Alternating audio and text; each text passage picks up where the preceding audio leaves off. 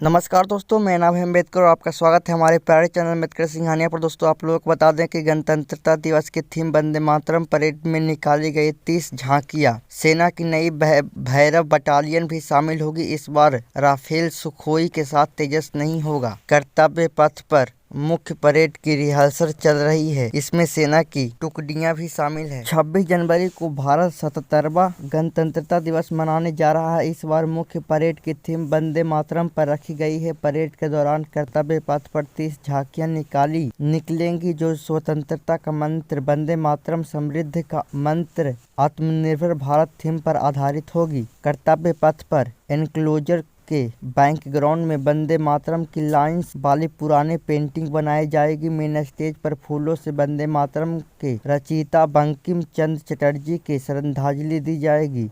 इस बार गणतंत्रता दिवस परेड के मुख्य अतिथि यूरोपीय परिषद के अध्यक्ष एंटोनियो कोस्टा और यूरोपीय आयोग की अध्यक्ष उर्सुला वॉन डे लेयन होंगे। परेड में पहली बार बैक्टीरियन ऊंट नई बटालियन भैरव भी मार्च पास्ट करेगी। हालांकि इस बार के फ्लाई पास्ट में राफेल Su-30 अपाचे जैसे 29 विमान शामिल होंगे। हालांकि इस बार तेजस को नहीं रखा गया। डिफेंस सेक्रेटरी RK सिंह ने तेजस के परेड में न होने के सवाल पर उन्होंने कहा कि सेना के कुछ बेहतरीन प्लेटफॉर्म दिखाए जा रहे हैं, कुछ शामिल किए गए हैं जब नहीं है, लेकिन कोई खास वजह इसकी नहीं है। परेड की रिहर्सल की कुछ तस्वीरें यहाँ पे आप लोग देख सकते हैं। ऑल टेरेन व्हीकल के साथ घिल्ली सूट पहनकर परेड की रिहर्सल में शामिल जवान। परेड में ड्रोन की निगरानी और उनकी निष्क्रियता के लिए प्रशिक्षित 4 शिकारी पक्षियों का एक दल भी शामिल होगा। गणतंत्रता दिवस के परेड में भारतीय सेना के स्काउट्स ने कर्तव्य पथ पर मार्च पास्ट करने का रिहर्सल किया।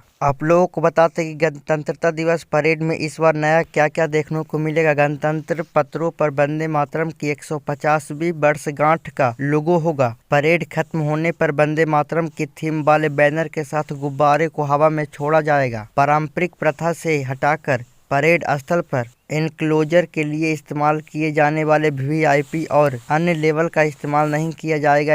इनकी जगह सभी एनक्लोजर का नाम भारतीय नदियों के नाम पर रखा गया है। पहली बार सेना की रिमाउंट एंड वेटरनरी विंग के जानवर परेड में शामिल होंगे। इनमें 2 बैक्टीरियन ऊंट, 4 जास्कर टट्टू, 4 शिकारी पक्षी और 10 मिलिट्री ड्रोन डॉग शामिल होंगे। पहली बार भैरव लाइट कमांडो बटालियन भी गणतंत्र दिवस परेड में हिस्सा लेंगी। अक्टूबर 2025 में भैरव बटालियन को इन्फैंट्री और स्पेशल फोर्सेज के बीच अंतर को बांटने के लिए बनाया गया था। 29 जनवरी को वोटिंग रिट्रीट सेरेमनी के लिए भी एनक्लोजर का नाम भारतीय वाद्य यंत्रों बांसुरी, डमरू, एकतारा, एसराज, मृदंगम, नगाड़ा, पखवाज, संतूर, सारंगी, सरिंदा, सरोद, शहनाई, सितार, सुरबहार, तबला और बीना के नाम पर रखा जाएगा। R&B कोर में 2024 में शामिल बैक्टीरियन ऊंट 15,000 फीट की ऊंचाई पर बर्फीले ऑक्सीजन की कमी वाले इलाकों में 250 किलोमीटर तक भार ढो सकते हैं। पहली बार भारतीय स्वदेशी नस्लों के 10 कुत्ते, जिनमें मुधोल हाउंड, रामपुर हाउंड, चिप्पी पराई, कोम्बई और राज्यपालम मार्च करेंगे। साथ ही 6 कन्वेंशनल मिलिट्री डॉग भी शामिल होंगे। 77वें गणतंत्रता दिवस की परेड की खास बातें जान लेते हैं। राज्य और केंद्र शासित प्रदेशों से 17 और मंत्रालयों से 13 समेत कुल 30 झांकियां कर्तव्य पथ पर निकलेंगी। 18 मार्चिंग टुकड़ियां और 13 बैंड हिस्सा लेंगे। परेड के दौरान प्रदर्शित होने वाले रक्षा संपत्तियों में BrahMos Akash missile system, medium range surface to air missile MRAM system, advance towed artillery gun system ATAGS, Dhanush तोप, शक्तिबान और कुछ ड्रोन का स्टैटिक डिस्प्ले शामिल होगा। जबकि फ्लाई पास्ट में राफेल Su-30 अपेच और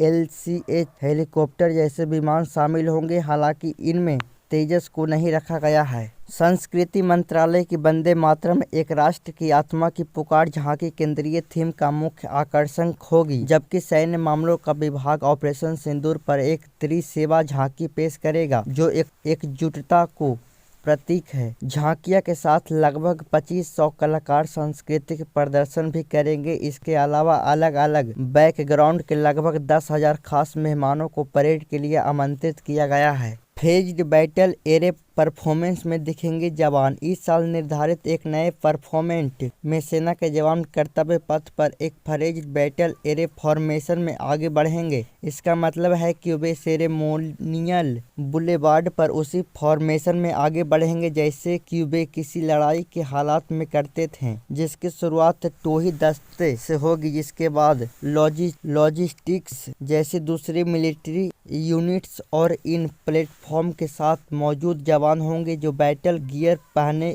हुए दिखेंगे। राष्ट्रपति भवन 29 तक बंद। दिल्ली में ट्रैफिक एडवाइस जारी। गणतंत्रता दिवस परेड और बीटिंग रिट्रीट सेरेमनी को देखते हुए राष्ट्रपति भवन सर्किट 21 से 29 जनवरी तक आम जनता के लिए बंद रहेगा। सर्किट 1 मेहमानों को राष्ट्रपति भवन की मुख्य इमारत का दौरा करता है। कर्तव्य पथ पर गणतंत्रता दिवस परेड की रिहर्सल के कारण 17, 19 और 20 जनवरी को 21 जनवरी को दिल्ली के कई मुख्य चौराहों पर ट्रैफिक आवाजाही बंद रहेगी। रिहर्सल विजय चौक से इंडिया गेट तक होगी, जिसमें परेड का रास्ता सी हेक्सागन तक फैला होगा। परेड में परेशानियां न हो इसके लिए इन चारों दिनों में सुबह 10:15 बजे से 12:30 बजे तक प्रतिबंध लागू रहेंगे। रफी मार्ग, जनपथ, मान सिंह रोड और सी हेक्सागन पर कर्तव्य पथ पर ट्रैफिक क्रॉसिंग बंद रहेगी। जानिए क्या है भैरव बटालियन। अब तक 15 बटालियन तैयार। भैरव बटालियन एडवांस तकनीकी से लैंस भारतीय सेना की नई टुकड़ी है।